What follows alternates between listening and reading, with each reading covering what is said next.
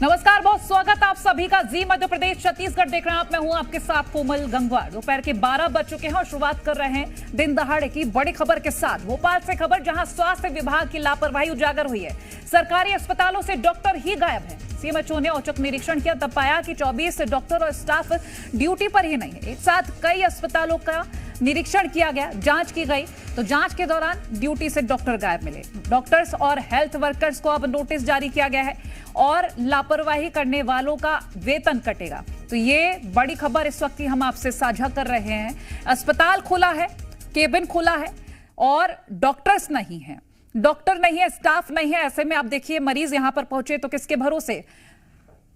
धरती के भगवान कहे जाते हैं डॉक्टर, लेकिन इन डॉक्टरों का कुछ अता पता नहीं है। जब यहां पर सीएमएचओ ने औचक निरीक्षण किया, तब पोल खोल हुई कि डॉक्टर आते ही नहीं, यहां पर मौजूद नहीं। अब यहां पर अगर कोई पेशेंट पहुंचता है तो सोचिए जरा, इलाज इनका कौन करेगा, क्योंकि ना तो डॉक्टर है ना स्टाफ है। एक साथ कई अलग अलग हॉस्पिटल्स का यहां निरीक्षण किया गया था।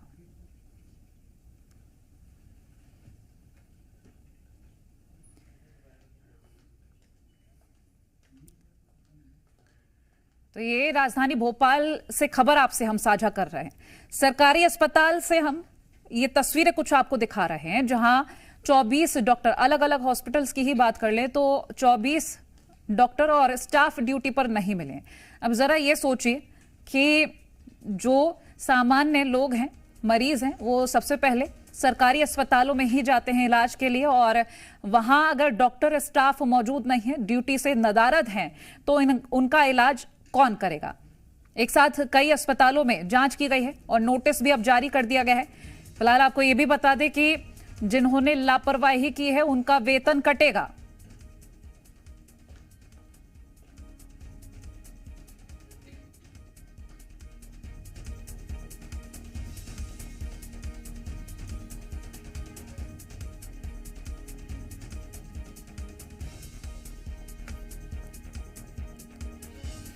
तो ये तस्वीरें आप देख रहे हैं टेलीविजन स्क्रीन पर। जी मध्य प्रदेश छत्तीसगढ़ आपको ये तस्वीरें साझा कर रहा है, जहां स्वास्थ्य व्यवस्थाएं, सुविधाएं अच्छी करने की बात कही जाती है, उनके दावे किए जाते हैं। वो दावे कितने दुरुस्त साबित हो रहे हैं, इन तस्वीरों से समझिए। सीएमएचओ ने जब औचक निरीक्षण किया तो यहां पर डॉक्टर नहीं है, स्टाफ नहीं है। सोचिए, इलाज किसके भरोसे होगा। हॉस्पिटल की व्यवस्थाएं भगवान राम के भरोसे चल रही है। चलिए आगे बढ़ते हैं खबरों में। तो भोपाल से खबर, जहां डिजिटल अरेस्ट का मामला सामने है। युवक को डिजिटल अरेस्ट करने की कोशिश की गई है। बता दें कि युवक की सूझबूझ से ठगी नहीं हो पाई है, गनीमत ये रही। युवक ने ठग का वीडियो बनाया, शाहपुरा के अनिरुद्ध को ठगने की कोशिश की गई थी। ये खबर हम आपसे साझा कर रहे हैं। देखिए, तस्वीरें भी सामने आई हैं। वो वीडियो जो बनाया गया है, एक बार वो आपको सुनवा देते हैं।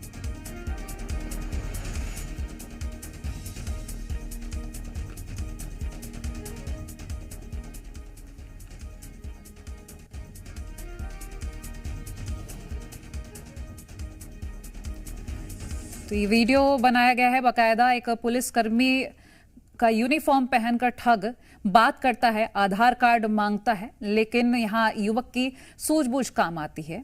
युवक इस ठग के जाल में नहीं फंसता है और इस तरह से कुछ डिजिटल अरेस्ट करने का ये जो मामला सामने आया है, इस और भी मामले ऐसे सामने जब आते हैं तो ये एक बड़ा एग्जाम्पल है, क्योंकि युवक की जो सूझबूझ है उसी वजह से वो ठगी का शिकार होते होते बचा है। और इसी तरह की जागरूकता सभी में होनी भी चाहिए, क्योंकि आजकल डिजिटल अरेस्ट के मामले काफी ज्यादा बढ़ते जा रहे हैं। अनिल नागर हमारे साथ लाइव जुड़ गए हैं अधिक जानकारी के लिए। अनिल, डिजिटल अरेस्ट के मामले आए दिन बढ़ रहे हैं और ये ताजा मामला सामने आया है भोपाल से, जिस तरह से युवक की सूझबूझ थी, और ऐसी सूझबूझ हर किसी में होनी चाहिए। फिलहाल इस मामले से जुड़ी आपसे जानकारी लेंगे।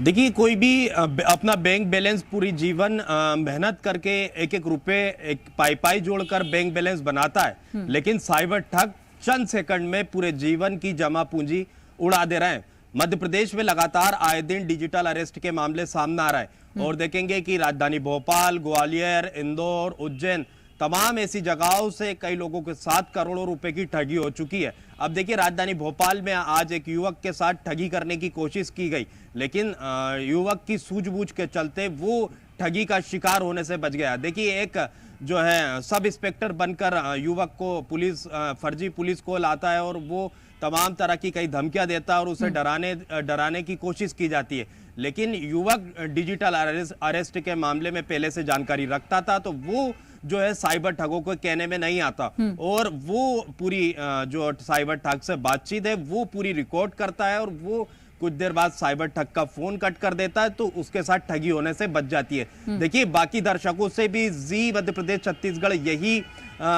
निवेदन करता है कि देखिए जिस तरह से इस युवक ने सूझबूझ दिखाई है, बाकी दर्शकों के साथ कभी अगर इस तरह का फर्जी कॉल आते हैं, उन्हें डिजिटल अरेस्ट करने की कोशिश की जाती है, तो इस तरह की सूझबूझ उन्हें भी दिखाना चाहिए। लेकिन कई लोग फिर भी इस डिजिटल अरेस्ट की खबरें सामने आने के बावजूद भी कई लोग साइबर ठगी का शिकार हो रहे हैं और करोड़ों रुपए का जो बैंक बैलेंस है वो इन ठगों के कहने पर उनके खातों में डाल देते हैं। देखिए हमने पिछले दिनों देखा कि राजधानी भोपाल में एक डॉक्टर महिला से जो है 10 लाख रुपए से अधिक की ठगी हुई, इंदौर में एक महिला से 1.5 करोड़ रुपए से अधिक की ठगी हुई, उज्जैन में एक महंत से 70 लाख रुपए से अधिक की ठगी हुई। तो मध्य प्रदेश में आए दिन डिजिटल अरेस्ट के ये मामले सामने आ रहे हैं, लेकिन देखेंगे कि राजधानी भोपाल में जिस तरह से इस युवक की सूझबूझ से वो ठगी का शिकार होने से बचा है। अगर किसी के पास इस तरह का डिजिटल अरेस्ट के कोई फोन आते हैं तो उन्हें इस तरह की सूझबूझ दिखाने की जरूरत है। चलिए शुक्रिया अनिल ये जानकारी हमसे साझा करने के लिए।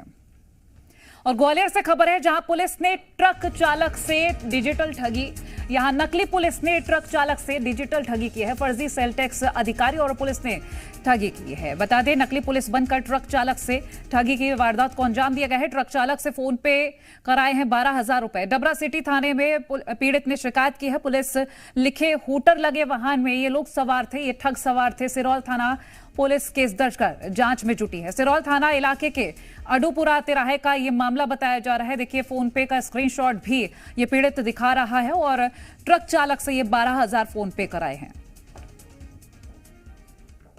लिखा हुआ था उस पे और उसने सायरन बजाया और मुझे रोक लिया, बोला साइड लगा लो। और जैसे मैंने गाड़ी रोकी तो उन्होंने कहा अपना परिचय दिया कि हम सेल टैक्स वाले हैं। तो दोनों ने मतलब हमारी गनपट्टी पे अपना कट्टा लगा लिया सर जी। कट्टा लगाने के बाद हमें बोले कि जो भी तुम्हारे पास कैश वगैरह है वो दे दो। तो सर हमारे पास कैश है नहीं था, तो हमने कहा कि हमारे पास कैश वगैरह कुछ नहीं है। तो उन्होंने कहा गूगल करो। फरियादी अमनदीप शाह, वो एक ट्रक में ट्रैक्टर लेकर पंजाब जा रहे थे।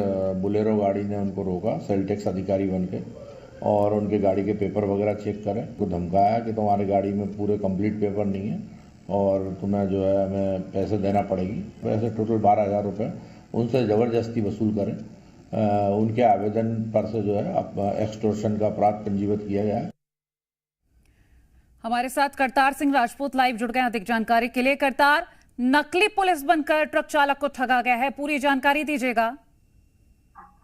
देखिए किस तरीके से बदमाश नए नए तरीके अपनाते हैं। नकली पुलिस बनकर बाकायदा गाड़ी ले जाते हैं, हूटर बजाते हैं और ट्रक को सिरौल इलाके में अडूपुरा के सामने रोक लेते हैं। और जैसे ही ट्रक चालक रुकता है तो उसके साथ उससे कहते हैं कि हम सेल टैक्स अधिकारी हैं और उनसे कहा जाता है कि आप पैसे दिए। उन्होंने कहा मेरे पास पैसे नहीं है। तो फिर उनसे फोन पे में 12,000 रुपए ट्रांसफर करा लिए जाते हैं। उसके बाद में वहां से चले जाते हैं। लेकिन बाद में जब तक वो ट्रक चालक आगे जाता है उसकी समझ में आता है कि मेरे साथ ठगी हो गई, क्योंकि उसकी मैं जो फोन पे जो ट्रांसफर किए थे उसमें किसी पेट्रोल पंप वाले का नंबर आ रहा था। बाद में वो डबरा पहुंचता है, डबरा जाके पुलिस में शिकायत दर्ज कराता है। पुलिस ने FIR दर्ज की है। FIR दर्ज के बाद में अब ठगों का पता करने की कोशिश की जाए, लेकिन ठग नए नए तरीके से किस तरीके से लोगों को प्रतिदिन ठग रहे हैं। कहीं डिजिटली अरेस्ट कर रहे हैं, कहीं फिजिकली अरेस्ट कर रहे हैं। तमाम तरीके से जो ठग है वो अपना नेटवर्क बिछाकर लोगों को ठगने का काम है वो अब कर रहे हैं। पुलिस ने अब FIR दर्ज की है। शीघ्र ही पुलिस गिरफ्तारी करती है कि नहीं करती है देखना होगा। लेकिन फिलहाल जो ट्रक चालक है वो 12,000 रुपए से ठगा गया है और ठगा सा महसूस करके बेचारा आगे के लिए वो बढ़ गया है। सोनाली, चलिए शुक्रिया करतार ये जानकारी हमसे साझा करने के लिए।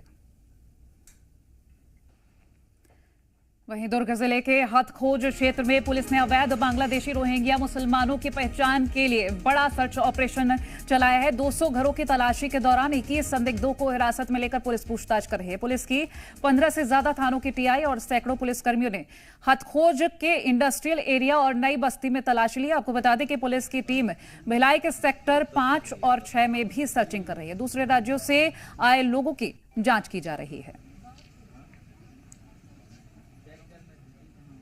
ये तस्वीरें भी सामने आई हैं जो इस वक्त हम आपको दिखा रहे हैं।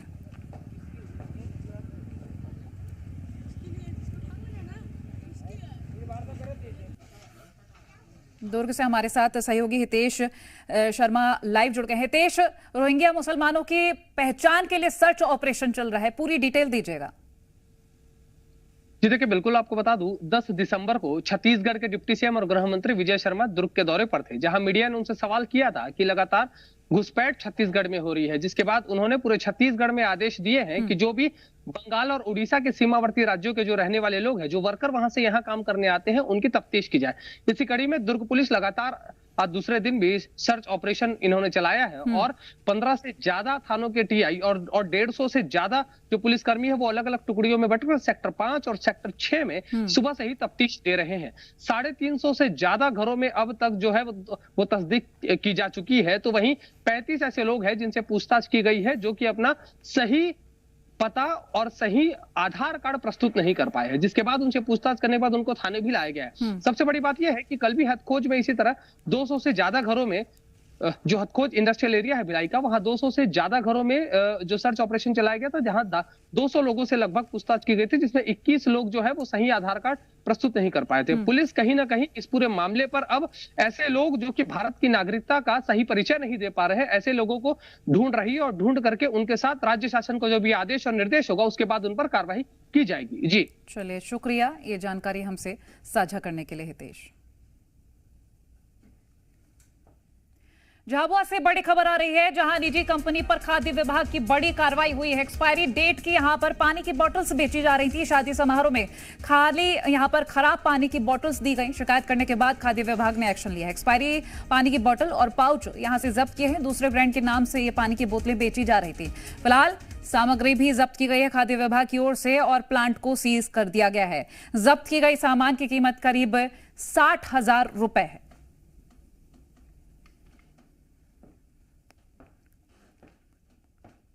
मेहुल इंडस्ट्रीज के लिए एक शिकायत प्राप्त हुई थी। शिकायत में ये बताया गया था कि जो पैकिंग का जो पानी है वो पानी स्वाद में भी और उसमें कुछ कचरा होने की शिकायत भी उसमें दर्ज कराई गई थी। इसके आधार पर हम लोग जांच करने के लिए यहाँ पहुँचे थे। जांच में मौके पर जो पानी का जो पैकिंग किया जा रहा था वो रतलाम की फैक्ट्री के नाम पर पानी का पैकिंग किया जा रहा था। जब उनसे रतलाम से चर्चा की गई तो उनका ये कहना था कि हमने जॉब वर्क ऑर्डर के आधार पर पैकिंग करवा रहे हैं। अब इसके लिए जांच के लिए दस्तावेज उनसे बुलवाए गए हैं, जिसके प्रस्तुत होने पर ये आगे की कार्रवाई की जाएगी। उमेश चौहान हमारे साथ जुड़ गए हैं अधिक जानकारी के लिए। उमेश, अपडेट दीजिएगा, क्योंकि अक्सर ये होता है कि जब हम ट्रैवल करते हैं, बाहर जाते हैं, तो पानी की बोतलें ही लेते हैं और जब वो बोतल एक्सपायरी डेट की होती है तो बड़े सवाल खड़े होते हैं। फिलहाल जानकारी दीजिएगा। जी, अगर आप शुद्ध पानी के लिए बाजार में मिल रही बोतलों का इस्तेमाल कर रहे हैं तो सावधान हो जाए। पूरा मामला झाबुआ का है, जहां पर एक शादी समारोह में हजारों बोतलों का ऑर्डर एक फैक्ट्री को दिया था, जहां लोगों ने पानी पिया तो अलग उसके दुर्गंध आने लगी। जब पूरी बाटलें खोली गई तो उसमें कचरा भी निकला। मौके पर विभाग को सूचना दी गई, अधिकारी पहुंचे और जांच गई कि पानी अशुद्ध है, पानी की डेट निकल चुकी है, एक्सपायरी डेट का पानी है ये। मौके पर अधिकारी पहुंचे और जांच की गई, जिसके बाद मौके पर ये जब अधिकारी फैक्ट्री पर पहुंचे, जहां पर फैक्ट्री में करीब मेहुल फैक्ट्री के नाम से संचालित हो रही थी, जहां पर 1500 की पानी की अवैध बोतलें जब्त की गई है। वहीं रतलाम की फर्म के नाम से काम चल रहा था। बिलेश्वर नाम का मोनो के नाम से ये पूरा पानी का यहाँ पर प्लान चल रहा था। लगातार इस मामले जिले में और मेघनगर में इस तरह की फैक्ट्री अवैध चल रही है। आखिर प्रशासन कर क्या रहा है, क्या इन पर कार्रवाई करेगा? बिल्कुल, चलिए, शुक्रिया ये जानकारी हमसे साझा करने के लिए।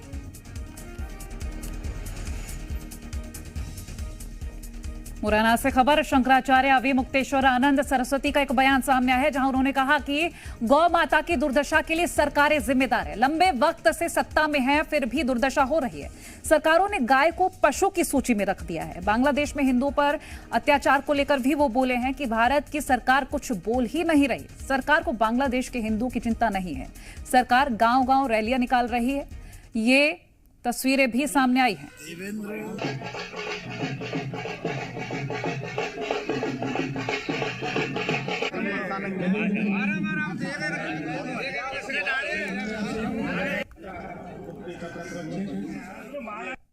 वो ज्यादा दोषी है जिसने जिम्मेदारी ली। जिम्मेदारी तो सरकारों ने ली है। हमको वोट दो, हम सब ठीक कर देंगे, हम तो स्वर्ग बना देंगे। ये दावा किसका है? ये जिनका है वही लोग तो इसके जिम्मेदार हैं। अब आप बताइए, हमारी परंपरा जो लाखों वर्षों पुरानी है भारत देश की, उस परंपरा में गाय को कभी भी पशु नहीं कहा गया।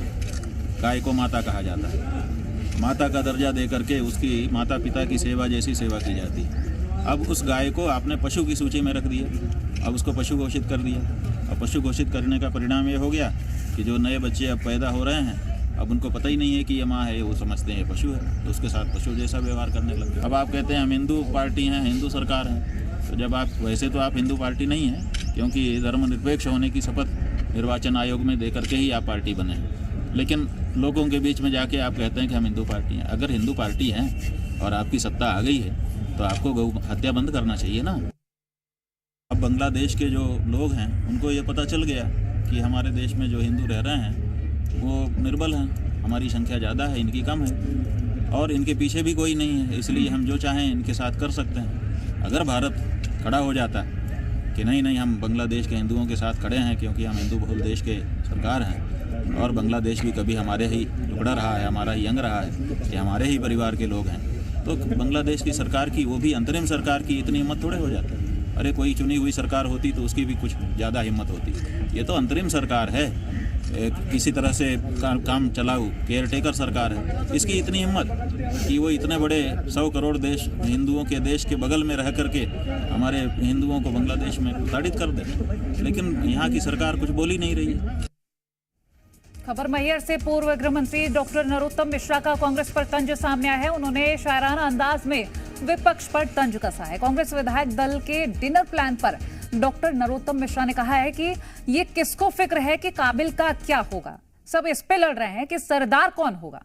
मां शारदा देवी के दर्शन करने पहुंचे थे नरोत्तम मिश्रा और उसी दौरान उन्होंने ये इस अंदाज में तंज कसा है और अक्सर वो अपने इसी अंदाज के लिए प्रसिद्ध रहे हैं, चर्चाओं में भी रहे हैं। कांग्रेस की संस्कृति है, ये उनका आंतरिक मामला है, पर हमें मालूम है उन्हें न तो प्रदेश की चिंता है। वो एक कहावत है कि ये किसको फिक्र है कि कबीले का क्या होगा, सब इस पे लड़ रहे हैं कि सरदार कौन हो।